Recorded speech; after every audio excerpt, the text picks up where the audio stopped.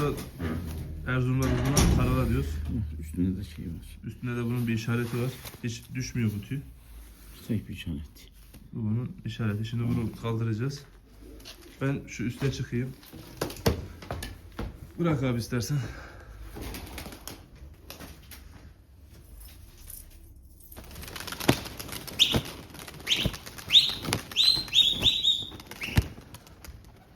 Evet. Maşallah.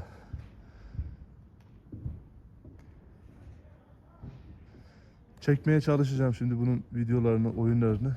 Hava çok soğuk arkadaşlar. Bakın duman bile belli oluyor.